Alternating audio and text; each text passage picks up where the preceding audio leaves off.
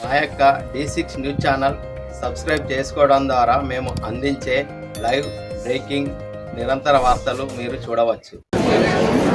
ముఖ్యంగా ఇబ్రాహీంపట్నం గ్రామ సోదరులకు రైతులకు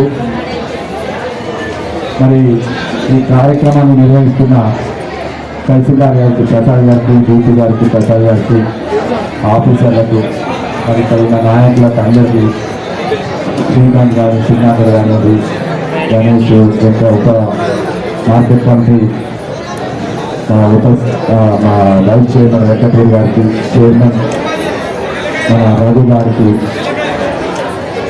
శ్రీనాథరావు గారికి గంగాధర్ గారికి మహేష్ గారికి ప్రతి ఒక్కరికి నమస్కారం తెలియజేస్తూ అమ్మ ఇంతకుముందు తహసీల్దార్ గారు చెప్పినట్టు మొదట ఎవరికైతే భూమి లేదు 23-24 సంవత్సరంలో అసలే భూమి లేకుండా మరి మీరు ఉపాధి హామీ కింద 20 రోజులు పనిచేస్తారు. మీ జాబ్ కార్డు ద్వారా 20 రోజులు పనిచేసిన సర్టిఫికెట్ ఇస్తే వాళ్ళందరూ కూడా సంవత్సరానికి 12,000 రూపాయలు ఇవ్వబోతుంది ప్రభుత్వం. అది ఎవరైతే రాలేదో ఎవరి పేర్లు ఇప్పుడు సార్ కొన్ని పేర్లు చదువుతారు ఆ పేర్లు నేను పనిచేస్తున్నాం మా పేర్లు రాలేదు అన్న వాళ్ళు కూడా మీరు ఇక్కడ కౌంటర్ ఉన్నది మళ్ళీ నమోదు చేసుకోవచ్చు. మీరు 20 రోజులు ఖచ్చితంగా పనిచేస్తే తప్పకుండా మీకు 12,000 రూపాయలు తప్పకుండా ఈ ప్రభుత్వం ఇస్తారు. రెండోది ఇందిరమ్మ ఇళ్ళ కింద ఎవరికైతే భూమి ఉన్నదో జాగా ఉన్నదో ఇల్లు 100 గజాలు కానివ్వండి 75 గజాలు కానివ్వండి చిన్న 50 గజాలు ఉన్నా నేను ఇల్లు కట్టుకుంటా అంటే మొదటి విడతలో జాగా ఉన్న వాళ్ళకు అర్హులైన వాళ్ళు మళ్ళీ అది కూడా మీకు ఆల్రెడీ ఇల్లు ఉండి మళ్ళీ జాగా తీస్తే మాత్రం కంప్యూటర్ రిజెక్ట్ చేస్తుంది. నిజంగా అర్హులు ఉన్న వాళ్ళు మళ్ళీ నేను చెప్తా ఉన్నా నాకు ఇల్లు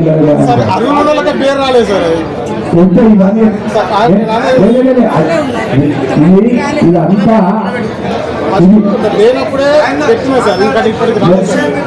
ఖచ్చితంగా అందరూ కొట్టాయని చెప్తున్నా కదా ఇది వచ్చినాయి. కొన్ని ఏమైతే అవకల్పాలు అంటే తెలియక గతంలో జరిగిన కొన్ని పొరపాట్లు కంప్యూటర్లో జరిగితే అది మన ఎంఆర్ఓ గారి దాన్ని కలిపింది.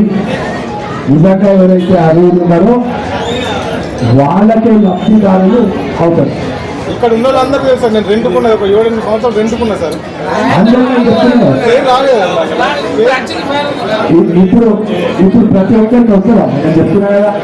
అర్హులైన వారికి అది కూడా ఇల్లు ఉంటే రాదు, రేషన్ కార్డులు కూడా కార్లు బంగ్లాలు ఉంటే రాదు.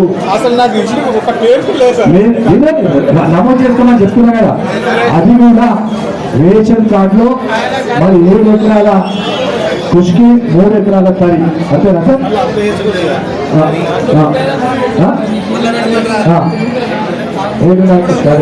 11 ఎకరాల వరకు 2 అవును కృషి 5 ఎకరాల వరకు 5 ఎకరాల వరకు భూమి ఉన్న వాళ్ళందరికీ కూడా రేషన్ కార్డు వస్తుంది. 5 ఎకరాలకు మించి ఉంటే రేషన్ కార్డు రావు. అది కూడా మీకు తెలియజేస్తా ఉన్నాం. మళ్ళీ నిజంగా అర్హులు ఉండి మీకు 10 సంవత్సరాల నుంచి రేషన్ కార్డు లేవు. గత ప్రభుత్వం 10 సంవత్సరాల నుంచి ఎవరికి రేషన్ కార్డు ఇవ్వలేదు. ఆనాడు కాంగ్రెస్ ప్రభుత్వం రేషన్ కార్డు ఇచ్చిందంటే మళ్ళీ 11 సంవత్సరాల తర్వాతనే మనకు రేషన్ కార్డులు వస్తున్నాయి. కాబట్టి మీ ఇంట్లో పెళ్ళిళ్ళై మీ కొడుకు కూడా మీ ఇంట్లో ఉంటే వాళ్ళు నమోదు చేసుకోవచ్చు. వాళ్ళ పేర్లు కూడా మన తహసీల్దార్ గారు చదువుతారు. లేని వాళ్ళు ఎలాంటి అపోహలకు పాల్పడకండి, ఇలాంటి భయం లేదు. మళ్ళీ నమోదు చేసుకోండి. తప్పకుండా రేషన్ కార్డు లేని వాళ్ళందరూ కూడా రేషన్ కార్డు వచ్చే విధంగా మేముంటాం. ఈ ప్రభుత్వం ఉంటుంది, ఇక్కడ ఎంఆర్ఓ గారు ఉన్నారు, ఎంపీఓ గారు ఉన్నారు. ప్రతి ఒక్కరూ నీకు సేవ చేస్తానికి ఇక్కడ ఉన్నా. నేను కూడా ఇప్పుడు నాకు ఎలక్షన్ లేదు, నాకు 5 సంవత్సరాలు నాకు ఎలక్షన్ లేదు. అయినా కూడా మీరందరూ సంతోషంగా ఉండాలి. ఇది ఈ ప్రభుత్వం బడుగు బలహీన వర్గాల ప్రభుత్వం. వాళ్ళు మీరందరూ సంతోషంగా ఉంటే ఈ ప్రభుత్వం సంతోషంగా ఉంటుందన్న ఉద్దేశంతో రేవంత్ రెడ్డి గారు ముఖ్యంగా ఇల్లు లేని వాళ్ళందరూ కూడా గత సంవత్సరంలో, ఎందుకంటే పాత ప్రభుత్వం ఏదైతే ఇందిరామహిళ చాలా మందికి రాలేదు, అప్పుడు ఉన్న వాళ్ళకి ఇల్లు వచ్చినాయి. ఇప్పుడు నిజంగా లబ్ధిదారులకు ఇల్లు ఇచ్చేసరికి ఈ ప్రక్రియ మొదలైంది.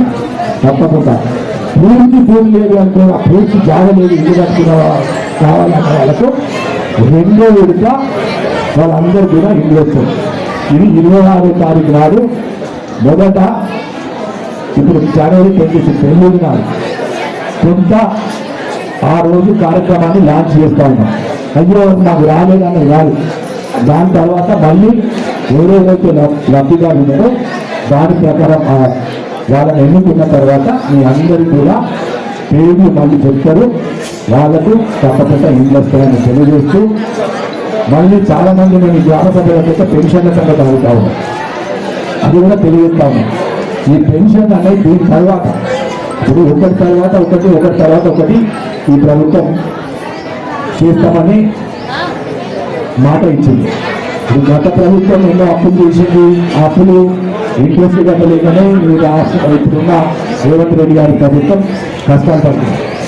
ఇచ్చిన హామీలు నెరవేర్చే విధంగా ఈ ప్రభుత్వం పనిచేస్తుంది. కాబట్టి పెన్షన్లు కూడా రాని వాళ్ళందరూ కూడా పెన్షన్లు మరో విడత ఇలాంటి గ్రామ సభ జరిగితే వాళ్ళని కూడా లబ్ధిదారులు ఎవరైతే నిజంగా అర్హులు ఉన్నారో వాళ్ళని కూడా పెన్షన్ వస్తాయని తెలియజేస్తూ, మరి నాకు ఈ అవకాశం ఇచ్చిన ఎంఆర్ఓ గారికి, డిప్యూటీ తహసీల్దార్ గారికి, మరి గ్రామ ప్రజలందరికీ కూడా మరొకసారి ధన్యవాదాలు తెలియజేస్తూ సెలవు.